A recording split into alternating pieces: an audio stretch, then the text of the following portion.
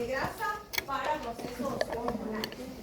La mayoría de tejido adiposo va a estar subcutáneo y vamos a encontrar algunos rodeando las vísceras. Entonces la grasa va a servir por almacenamiento de energía y también va a mantener el calor corporal.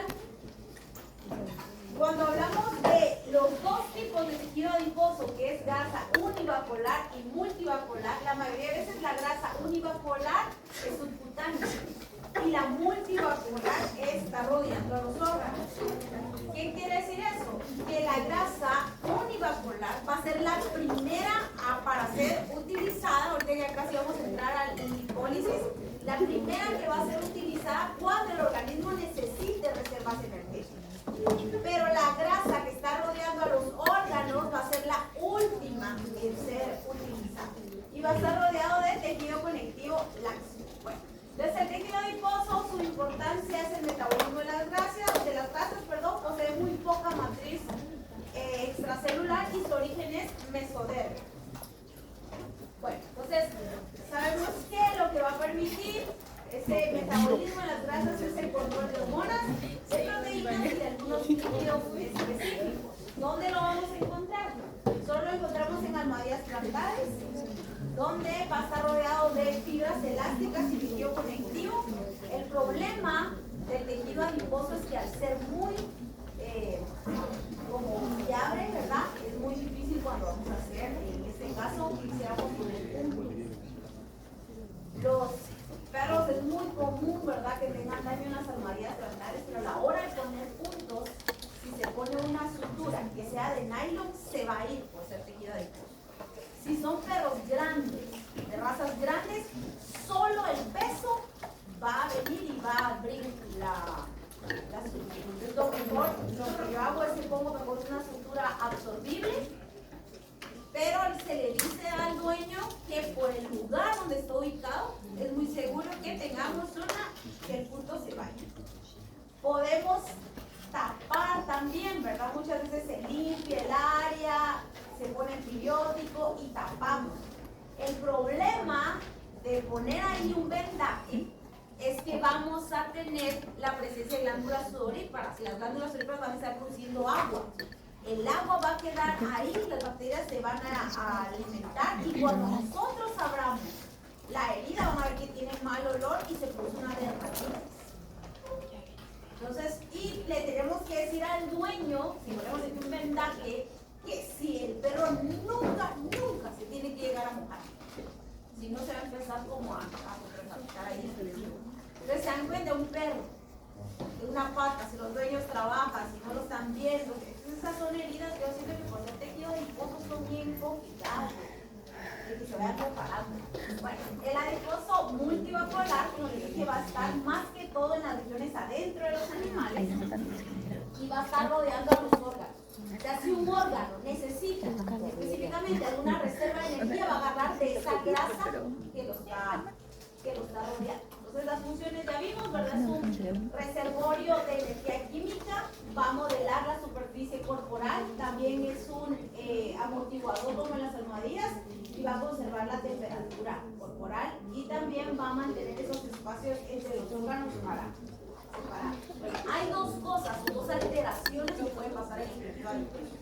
El tejido adiposo puede sufrir una hipertrofia, o sea que los adipocitos empiecen a crecer de forma descontrolada, o podemos tener una hiperplasia, que los adipocitos se empiecen a multiplicar de una forma descontrolada. Bueno, cuando el animal se está formando, genéticamente se decide la cantidad de adipocitos que va a tener, o sea, los adipocitos no se siguen formando conforme la vida. Lo que sucede es que cuando el animal es joven y tiene sobrepeso, es que el adipocito va a acostumbrarse a estar en estado de hiperplasia. Pues cada vez que reduzca de tamaño y llegue al torrente sanguíneo glucosa, la va a convertir en triglicéridos y va a almacenarla. El organismo va a tratar por todos los medios de mantener el tejido adiposo esa cantidad que está acostumbrado. Bueno, entonces las dos diferencias que van a ver. Cuando hablamos de tejido adiposo univapolar o grasa amarilla o blanca y tejido adiposo multivapolar o grasa parda, sabemos que este se va a encontrar sobre todo todo subcutáneo y este se va a encontrar sobre todo rodeando los órganos. Lo siguiente, estos tejidos pueden estar divididos o separados en lóbulos y lobulillos rodeados de tejido conectivo. Entonces ahí tenemos grasa blanca o tejido adiposo blanco, univacuolar, va a tener solo una gota lipídica y va a estar predominante rodeando lo que es de colar, como miramos aquí, ¿va? Ahora cuando la grasa blanca vimos que va a estar separada, el tejido conectivo laxo, dividido en lobulillos, y tratando las fibras de colágeno reticulares, y hay muchas fibras nerviosas. En este caso, podemos ver ahí el tejido adiposo y este que es aquí es un nervio, porque va a haber un control, ¿verdad? Hormonal concentrado. Y también va a tener poca sustancia fundamental. Tejido adiposo o grasa parda. Casi siempre cuando la vamos a teñir necesitamos una tinción especial. Y lo van a tener los animales que hibernan y los fetos, o sea, los animales al nacer, lo que van a tener son reservas de grasa parda. Por eso es que los lechones tienen que comer rápido, porque los lechones no pueden mantener la temperatura corporal. Y el problema es que solo tienen grasa parda y esa grasa se va a tardar mucho en metabolizar. Porque la que más se utiliza rápidamente va a ser la grasa subcutánea y un lechón no lo tiene. Entonces, si no se alimenta rápido de leche, de glucosa, ¿qué va a pasar? No puede mantener la temperatura corporal y nada. Entonces el problema de las grasas pardas, que son muy difíciles de metabolizar. Y van a estar rodeando todas las vísceras. Entonces cuando ustedes vayan a hacer una cirugía, donde vas a ver la anatomía y lo demás, inclusive, lo primero que va a encontrar, entrando en piel, ¿qué va a hacer? Grasa, ¿verdad? Eso es normal, grasa. Hay algunos que la cortan y la sacan. Yo prefiero regresar una línea y volverla a poner, porque recordémonos que está irrigada. Y si nos ponemos a cortar, vamos a tener un montón de vasitos que estar cauterizando. Luego vamos a abrir los músculos, ¿verdad? Y entramos entonces a cavidad abdominal. Si fuera cavidad abdominal. Cualquier órgano que saquemos va a estar rodeado de grasa. Entonces tenemos que saberlo. No podemos como asustarnos de por qué tiene esto, ¿verdad? Bueno, entonces ahí están las diferencias. Entonces, localización, sabemos que la grasa blanca pues va a estar sobre todo subcutánea, abdominal, rodea algunos órganos, pero no es muy común, y la grasa parda sí va a estar rodeando algunos órganos. El color, esta va a ser blanca amarilla, esta va a ser roja o rosada porque está muy vascularizada, está muy inervada, va a estar casi siempre en lóbulos y va a ser multivascular, y células de defensa casi no va a tener. Siempre les digo esto porque ahora están de moda las liposucciones, remodelaciones y todo. Miren, cuando se hace eso, lo que se está moviendo es grasa parda. Entonces, ¿por qué un montón de gente muere? Porque es muy vascularizada. ¿A qué horas vamos a tratar de tanto? Y el problema es que si se va un poco de grasa en una vena grande, recorre todo, llega al corazón, llega al tronco torácico y cuando va a entrar, tapa, ¿verdad? Entonces sufre casi siempre un parocardia.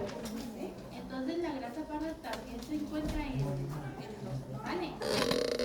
Sí, en uno. Ajá. Las mujeres lo que más tenemos lastimosamente es grasa parda. Es que como he dicho que son animales que hibernan y en fetos. Sí, los animales, casi siempre los fetos cuando van a nacer, lo que más tienen es grasa parda. Pero los animales que hibernan en el metabolismo van a almacenar más grasa parda de los animales. Entonces, los animales todos tienen, pero no tienen tan menor cantidad. Ajá. Pero es porque como los animales que hibernan son muchos meses y vemos que la grasa parda se metaboliza lento, entonces va a poder desarrollar. Muy bien. Bueno, entonces el tejido adiposo va a tener una función endócrina que dan las hormonas que es una base de grasa, ¿verdad? Y cuando se sale, ustedes observan bien, miramos que están llenos de mitocondrias los adipocitos multivasculares y también están llenos de mitocondrias el tejido muscular. ¿Y qué quiere decir? Que algo tenga muchas mitocondrias, que va a poder producir mayor energía. Pero los glóbulos filamentos univasculares tienen pocas mitocondrias, entonces que no son altos para producir energía, van a sacar el contenido a que se vaya a sangre, ¿verdad? Entonces la leptina va a ser la hormona que se relaciona con esto de la regulación, que vamos a ver un poco cuando en Bioqui, nos estén dando Bioqui, hablemos de este metabolismo. Y sabemos que tiene que ver con los niveles también de insulina. Bueno, la regulación nerviosa es por el sistema nervioso autónomo. ¿Qué quiere decir? Que es algo que se controla inconscientemente, se regula inconscientemente, ¿verdad? Sabemos que algunos de los animales hibernantes es más común o más abundante la cantidad de grasa parda, y también hablamos que las hormonas pues, van a ser las mismas también al metabolismo. Bueno, entonces miremos un caso que es lo más común que ustedes van a ver que tenga que ver con esto de lípidos. Aparte de los problemas de obesidad que se va a dar sobre todo en perros en una edad mayor, de que no son muy activos y los tipos de alimentación, pero aparte de eso vamos a tener problemas de lipomas. Bueno, entonces tenemos una hembra de 6 años que fue a un centro médico, ¿verdad? Para una cirugía porque tenía una masa perianal, ¿verdad? De un tamaño creciente. ¿Qué quiere decir eso de creciente? Que estaba aumentando, ¿verdad? Bueno, se saca una radiografía. ¿Qué viste es esta, jóvenes? O sea, el rayo entra lateral y sale lateral, ¿verdad? Entonces, lateral. Bueno, aquí el perro se agarró y se puso así. Entonces, se dan cuenta, el rayo entra aquí y sale en las vértebras. ¿Cómo se llama esa radiografía? Ahí está. Dorso ventral. Entonces, uno pide aquí una lateral de miembro pélvico y una dorso ventral de miembro pélvico. Bueno, entonces, si ustedes pueden ver ahí la masa, observamos que aquí están los huesos, ¿verdad? Y miramos que la masa pues tiene una opacidad de tejido blando. Eso es importante, ¿verdad? Que el tejido, si estamos cerca del ano en la región perianal, según los temas que hemos visto, ¿quién podría ser? La glándula anal, que dijimos que tenía la característica de volverse tumoral, ¿verdad? Comparación de todas, podía volverse tumoral. Bueno, entonces ahí tenemos las radiografías, ¿verdad? De la región, aquí se observa bien. Y lo que se encontró fue eso, o sea que era grasa. Entonces la clasificación actual, ¿verdad? De la OMS dice que los tumores mesenquimales de la piel, ¿qué significa eso? Mesenquimales. ¿De qué origen tiene que venir? Embrionario. O sea que, ¿por qué es embrionario? Porque si yo estoy, aquí está la glándula, miren. La grasa estaba infiltrando a la glándula. O sea que era un tejido externo que viajó a otro. Eso, los tumores que hacen eso siempre son de origen embrionario. Supónganse que ustedes están viendo pulmón. Entonces, pulmón tiene que tener alvéolos. Si yo encuentro ahí otro tipo de tejido, quiere decir que eso es embrionario, porque en algún momento esa célula se equivocó y viajó a un tejido que no le correspondía. Aquí tenemos que células mesodérmicas, ¿verdad? Que van a formar tejido adiposo, viajaron e invadieron la glándula. Entonces eso se llama que son tumores que infiltran a otros tejidos. Entonces esos son tumores benignos de tejido adiposo, y entre ese grupo están los lipomas infiltrativos y los angiolipomas. ¿Qué? Angiolipoma quiere decir que el tejido graso va a invadir médula ósea, ¿verdad? Donde tenemos células sanguíneas. Creo que eso es lo más común que vamos a ver, que tengamos lipomas. Las razones casi siempre son animales adultos. Lo otro es que tienen alimentación alta en grasa. La razón. Bueno, ahora tenemos este que está aquí. ¿Qué tenemos que hacer siempre que encontramos una masa? Tocarla, ¿verdad? Tenemos que ver si está caliente. ¿Sí? Sí, una duda. Por ejemplo, resulta que ahorita de que le salieron tumores aquí en toda la abdomen, pero ya tenía unos 15 años, ¿sabes? Y yo me quedé curioso que el veterinario dijo que tal vez era porque tenía muchos golpes, porque era feo. Pero me quedé curioso que dijo que de tanto golpe tal vez subió de escaleras y se le encerraron, no sé si las bolitas eran duras. Eran como de tamaño ¿Macho o hembra? hembra. Está cerrada. No. Bueno. Entonces, ahí lo que eran tumores de glándula mamaria, que es muy común en hembras no castradas adultas, ¿verdad? Porque como la glándula mamaria es de origen endocrino, entonces como las hembras,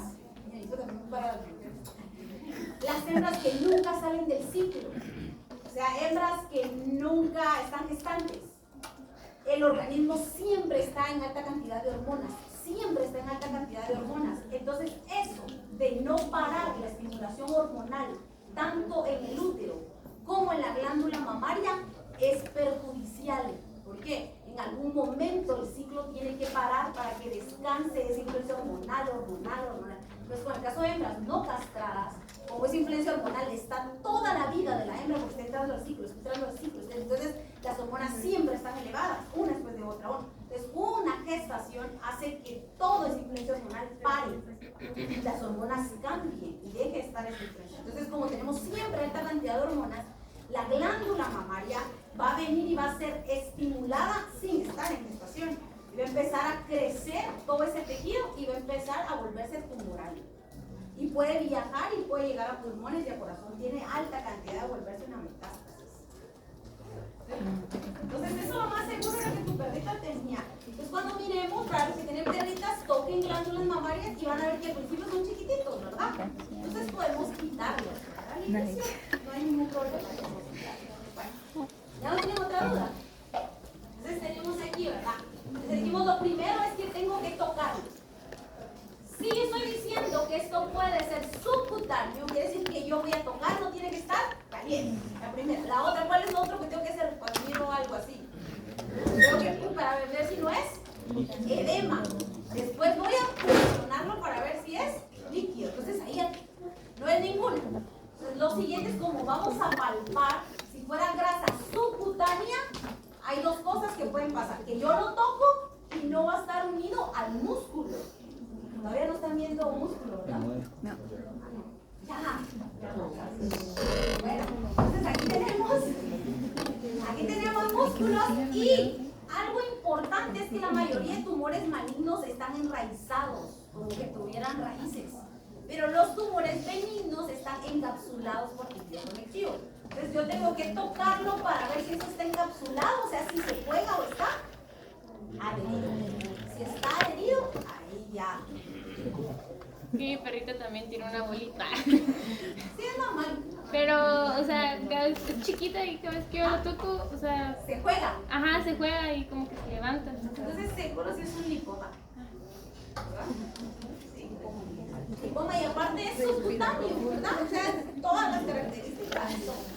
Ahora miren, cuando son masas y todo, nunca digamos, sí, no, ya acostamos con el dueño, pero vamos a hacer exámenes porque podemos equivocarnos, ¿verdad? Y según el examen vamos a ver el pronóstico del paciente. Cuando ustedes tengan su resultado, pues entonces le dicen, no, es algo benigno, Bueno, entonces en este caso, si nosotros aspiramos y es grasa, cuando lo pongamos en una lámina, no se va a ver nada, porque la grasa no se tiñe. Entonces hacemos una cirugía y si tenemos suerte, si está encapsulado, pues solo rompemos toda la capsulita y lo sacamos, y es mucho más fácil. No son tumores así como que, operaciones que dan mucha sangre. ¿Estamos? Entonces, vamos a seguir con tejido cartilaginoso, que es el segundo especializado, y como les dije, hasta aquí entraría para él parcial. Bueno, entonces el tejido cartilaginoso, vamos a ir. Tejido cartilaginoso, como hemos visto, todos los tejidos tienen células, creo, pero no, tampoco para acá. celular y líquido. En el caso de los cartílagos son avasculares y aliofáticos, no tienen vasos sanguíneos. ¿Quién más es avascular? De lo que hemos visto. ¿Qué células vamos a tener que integrar en este tejido? Vamos a tener células condroprogenitoras. Vamos a tener condrocitos,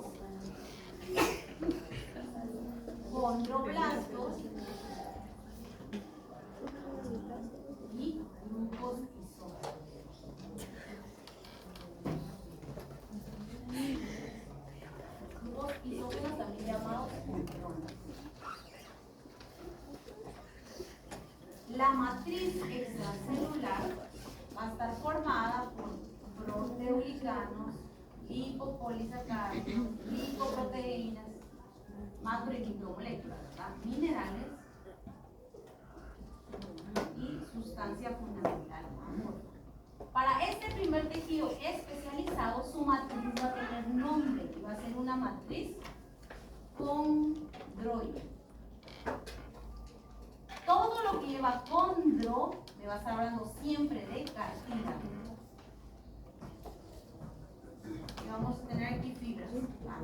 El cartílago solo tiene fibras colágenas y fibras elásticas. El cartílago no tiene fibras de residuo.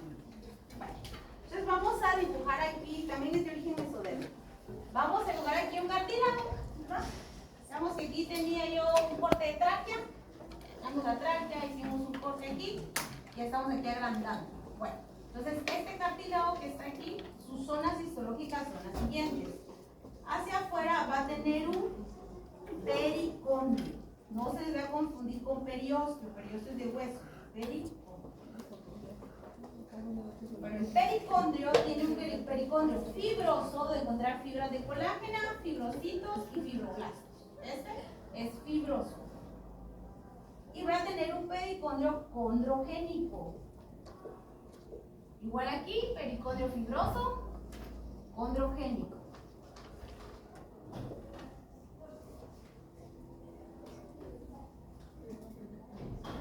Y aquí en el pericondrio condrogénico voy a encontrar las células condroprogenitoras.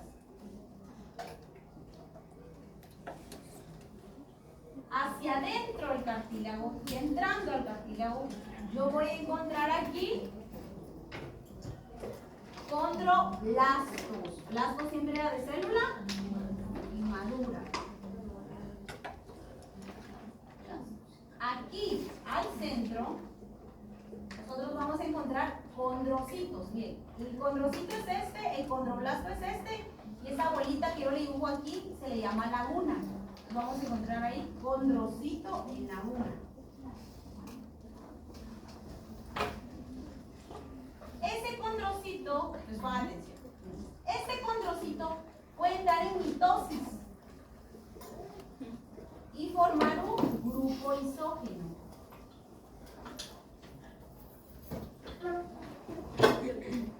Digamos que aquí hay otro condrocito y también se dividió, aquí había otro y se dividió. Este condroblasto puede transformarse en condrocito y formar un grupo isógeno. O este condroblasto directamente formar un grupo isógeno. Aquí vamos a tener fibras de colágeno. Si este fuera un cartílago, hialino.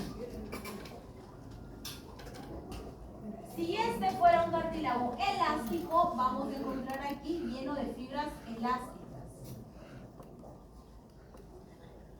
Este sería un cartílago elástico. Si este, bueno, digamos que ahorita cambiamos y estamos viendo un fibrocartílago. Si este fuera un fibrocartílago, voy a encontrar condrocitos en hileras rectas y voy a encontrar fibras de colágeno de forma paralela. El fibrocartílago no tiene pericondrio.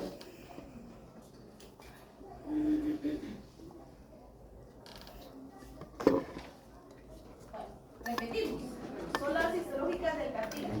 Tengo tres tipos de cartílago: cartílago hialino, cartílago elástico, fibrocartílago o cartílago fibroso. O cartílago fibroso. El cartílago hialino se va a caracterizar porque tiene grupos isógenos, ¿verdad? Sobre todo aquí en el centro, y fibras de colágeno. Cartílago elástico, vamos a encontrar que hay pocos grupos isógenos y vamos a encontrar una alta cantidad de fibras elásticas. El fibrocartílago, no hay pericondrio, encuentro condrocitos en forma paralela, igual que fibras de colágeno. Zonas histológicas, tenemos un pericondrio fibroso con fibras de colágeno, fibrocitos y fibroblastos y un pericondrio condrogénico. Bueno, ¿cómo crece el cartílago?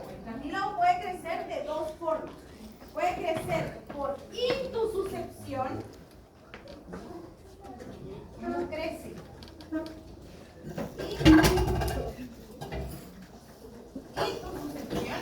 Introsuscepción es crecer de aquí adentro hacia afuera. Entonces, cuando crece el cartílago por introsuscepción, el condrocito entra en mitosis, se convierte en grupo isógeno y secreta matriz extracelular condroide. Introsuscepción. Y tenemos crecimiento por aposición. Crecimiento por aposición es crecer de aquí afuera poniendo una placa sobre otra. Aquí el condroblasto puede convertirse en condrocito y después en grupo isógeno, o el condroblasto directamente formar grupo isógeno. ¿Estamos? ¿Quién no puede hacer crecimiento por aposición? Porque el fibrocartílago, ¿sí estamos bien? Porque no hay reino. Bueno, entonces empecemos. Tejido cartilaginoso. Tejido cartilaginoso es un tejido conectivo especializado formado por condrocitos, condroblastos, una matriz extracelular con fibras extracelulares que según que son colágeno y elástica y sustancia fundamental, amor. Entonces ahí está el corte de tráquea y este es el cartílago. Bueno, entonces, ¿qué podemos ver ahí? Aquí tenemos el pericondrio, y aquí tiene un artefacto de separación. Este sería el pericondrio fibroso. Y si yo preguntara esta célula, ¿quién es? Un condrocito, ¿verdad? Si digo todo eso que está rodeando a estos condrocitos, ¿qué es? Todo lo que está rodeando, aquí como el líquido, podemos decir, es la sustancia fundamental, la morfa o la matriz condroide. Ahora, si yo preguntara estos dos que están ahí juntitos, como a la par, entonces esto sí es un grupo isógeno. Bueno, entonces todos estos son condrocitos y grupos isógenos. Si yo preguntara cómo crece el cartílago aquí, de aquí para acá es crecimiento, aquí adentro, introsuscepción. Ahora vamos afuera. Estos alargaditos que están aquí tendrían que ser condroblastos. Ahora, ¿qué crecimiento se da aquí? Aposición. Entonces, el tejido cartilaginoso es avascular, no tiene nódulos linfáticos, obtiene sus nutrientes por oxigenación y por difusión del pericondrio de los huesos largos. El origen ya vimos, ¿verdad? Que va a ser origen del mesodermo, ¿verdad? O sea, las células mesenquimales van a originar células condrogénicas o condroprogenitoras. ¿Cómo se da el crecimiento? Tenemos células madre que se pueden transformar en condrocitos, condrocitos en condroblastos y luego grupos. Eso es todo, ¿verdad? Lo que puede pasar. Bueno, entonces las funciones del cartílago. Al inicio, el embrión es todo cartílago. La mayoría es cartílago y alino. Vamos a encontrar en las superficies de las articulaciones. Sabemos que hay animales que son todos cartilaginosos. Encontramos en los discos intervertebrales y la tráquea, los bronquios y bronquiolos que van a tener cartílago y alino para dar esa forma y para pasar el oxígeno. Y aquí está la clasificación. Entonces tenemos una matriz cartilaginosa amorfa, un ácido hialurónico, proteoglicano, sulfatos, fibras de colágeno elásticas y las células. Nada más aparte de eso. Entonces, ¿cómo crecía? Decíamos que iba a crecer por introsuscepción, que era crecer aquí adentro, y por aposición, que era crecer el pericondrio hacia afuera. Entonces, estas eran las zonas histológicas: un pericondrio fibroso, condrogénico, grupos isógeno o condrona, que son condrocitos o condroblastos en mitosis, condroblastos que están aquí, células en laguna, y los condrocitos. Es un tema realmente sencillo. Es la clasificación del tejido cartilaginoso. Entonces tenemos cartílago hialino, que lo más importante es que va a ser el que tiene, es el más abundante de todos. Va a estar al inicio del embrión, todo es cartílago y se va a volver hueso con la edad. Y cuando lo miramos así, podemos decir, en una necropsia, algo así, se mide en color azul. El cartílago elástico pues va a ser el más flexible y se observa el color amarillento, y el fibrocartílago pues lo que va a resistir es la tensión y este es de color blanco. Aquí está, miren, un corte de cartílago hialino. El cartílago se dice que tiene fibras de colágeno, pero realmente no se puede ver y con la edad se va a osificar. El elástico, pues vamos a ver todas las fibras de elásticas entretejidas. Y cartílago elástico sobre todo va a ser en la cuerda vocal, en el oído, las orejas y en los bronquios intrapulmonares.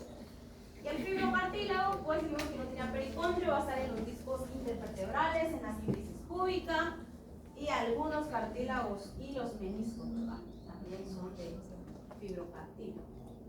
Bueno, muy bien, jóvenes. Entonces, este que está aquí, ¿quién es? Fibrocartílago, ¿verdad? Este que está aquí, ¿quién es? ¿Y este es?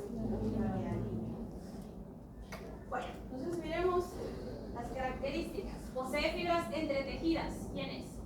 Elástico. Elástico. Dice que puede ser reemplazado por tejido óseo conforme la edad es hialino. Posee fibras elásticas. Es avascular. Los tres. Los tres. Posee pericondrio.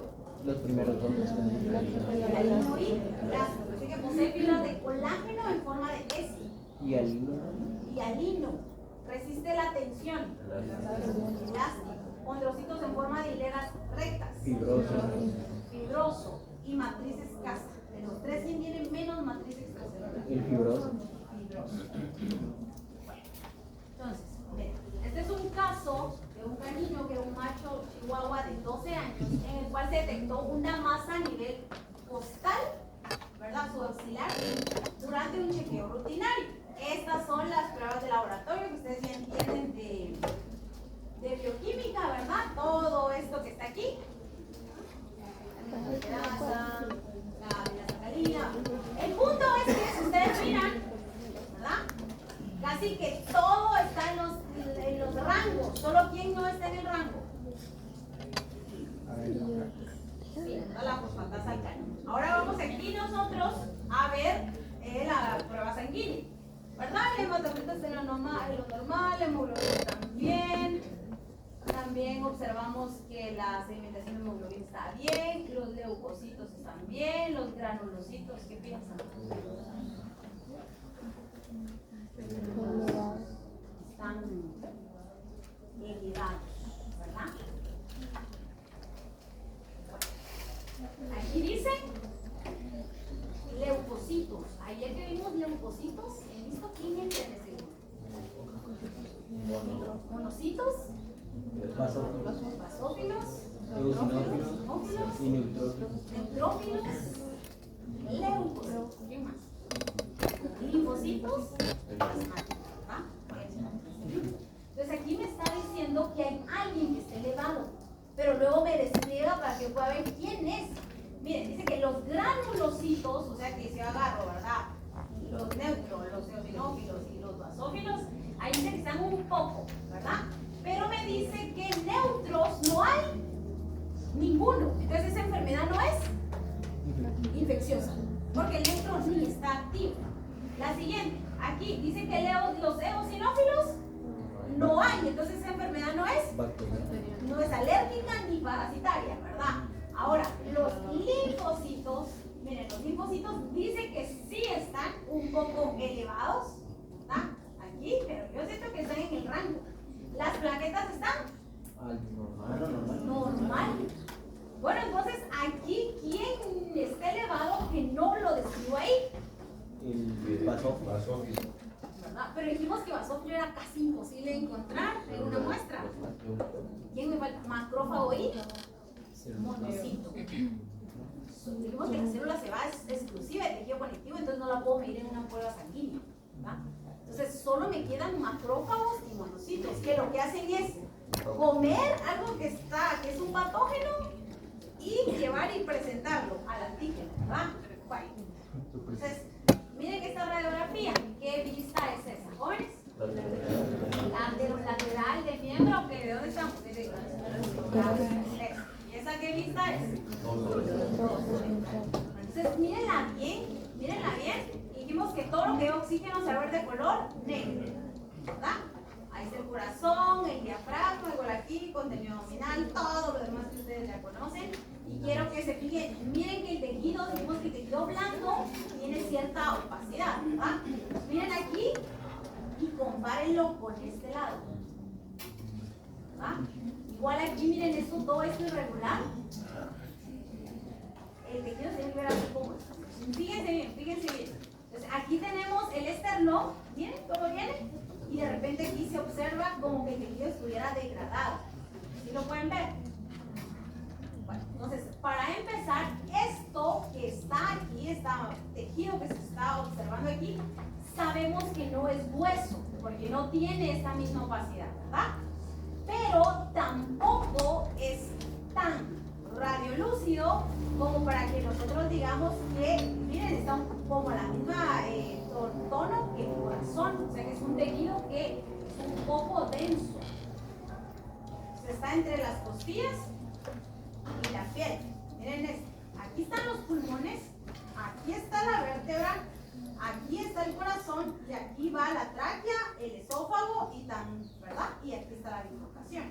Aquí tenemos piel y aquí está la masa. ¿Ah?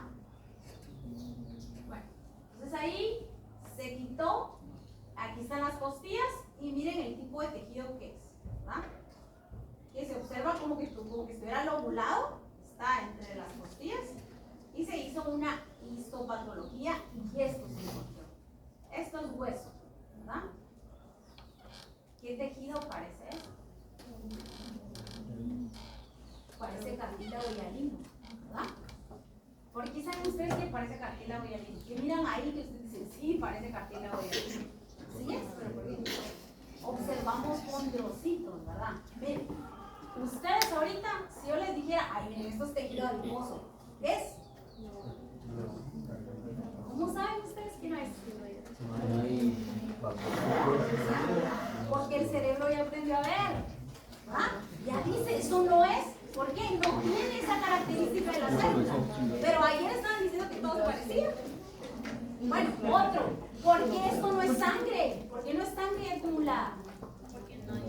no hay irrigación. Porque no hay irrigación y no hay células, ¿verdad? Bueno, ¿por qué si yo les muestro este corte y les digo, miren, ese es un corte de riñón? ¿Por qué no es? ¿No están los túbulos y el riñón qué epitelio tiene? ¿No? ¿Ustedes no miraban? Plano y cilíndrico. Entonces se dan cuenta cómo el cerebro ha ido aprendiendo y el propósito de esto es que ustedes puedan ver todos los tejidos y digan qué tejido es. Entonces miren aquí un acercamiento.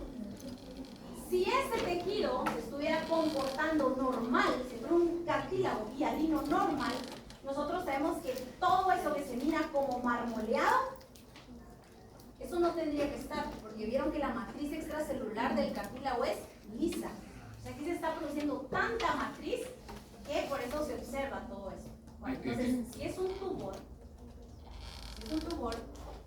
y es de cartílago, entonces hay dos tipos de tumores que se llaman sarco,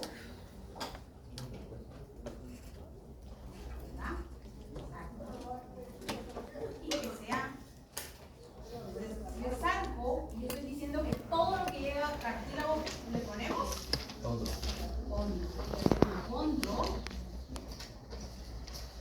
Condro, sarcoma, un tumor de tejido cartilaginoso. Si yo digo en un diagnóstico, eso es un osteosarcoma, hueso, ¿verdad? Entonces, siempre que algo lleva sarco, el problema es que sarco son metástasis, así les decimos. Casi siempre este término sarcoma se usa mucho para hablar de tejido conectivo, ¿verdad? El tejido conectivo es tumoral y es tumoral con potencial de ser metástasis. Y podemos tener droma. Cuando es droma, es un tumor que no es maligno. Entonces, quiero decir que voy a poner un condrosoma, es decir, que es un de cartílago, pero no es maligno, no va a causar una metástasis. Bueno, chicos, ¿ves? Ahí estamos. Hasta aquí entra para el segundo.